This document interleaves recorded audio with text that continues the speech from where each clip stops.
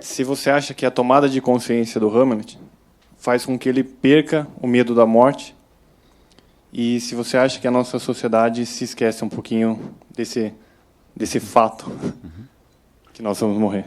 A pergunta objetiva seria por que ter medo do que é inevitável? Como eu não posso ter medo do pôr do sol, eu não posso ter medo da morte. Não adianta eu dizer, acho que amanhã o sol vai nascer. Eu não posso ter medo daquilo que, independente da minha vontade, vai ocorrer. Então, a morte é absolutamente estranho, o medo da morte.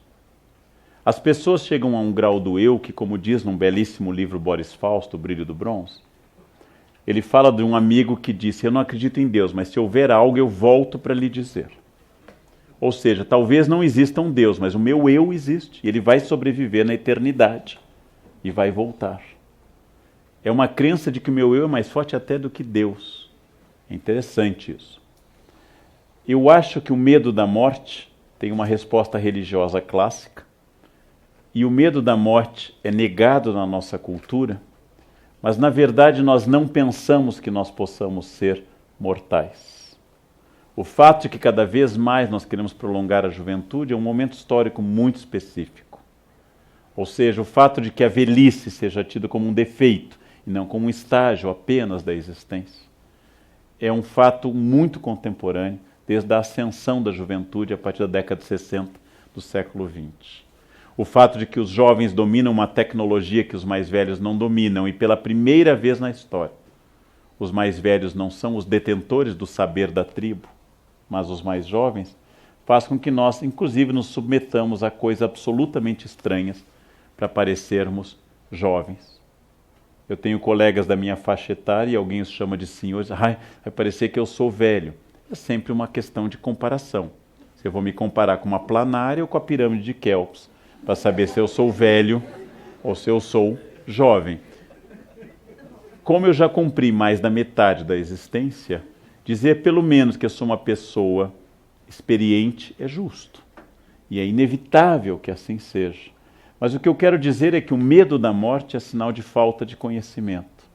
A grande sabedoria de vida é a preparação para aquilo que vai dar sentido a tudo que eu fiz, que é morrer.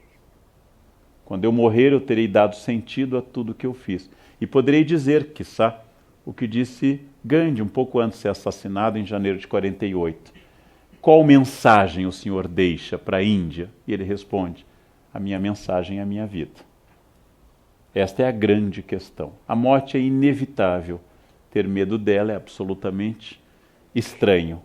Eu tenho medo, vai morrer igual. Bom, se você acha que deve se matar, seja discreto, não precisa ficar um local famoso nem jogar um avião. É isso. Mate-se discretamente. Vá à Índia, tome um copo d'água numa praça e pronto. Discretamente, né? Suavemente sentado numa praça e pronto. É isso. Não precisa levar dezenas, porque a pessoa que quer se matar num local famoso ou levar um avião, mais 149 pessoas junto, é uma pessoa que não é um suicida, é um carente. É um narcísico que quer dar um sentido glorioso à sua morte, já que sua vida não teve absolutamente nenhum. A vida, gente, sem a morte, hamletianamente falando, seria insuportável.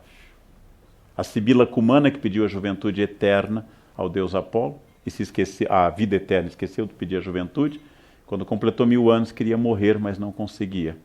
Os vampiros são melancólicos, porque são eternos. Em crepúsculo, alvorecer, pôr do sol, arrebol. Os vampiros são sempre depressivos, estão sempre mal, sempre olham para baixo, meia luz, porque os vampiros não morrem. É só morrer que torna a vida plena de sentido. Se eu chego e digo, este é o último, se essa fosse a última aula que eu vou dar na minha vida de professor, essa aula teria um sentido extraordinário.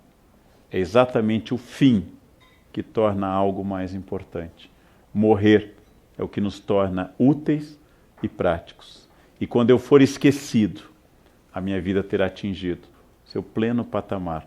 Porque ser esquecido significa que o papel foi cumprido. E como qualquer ser, eu desapareci. Não é melancólico e não é depressivo. É absolutamente alegre. Melancólico e depressivo é você querer esconder a idade ou a falência inevitável da vida. Absolutamente inevitável.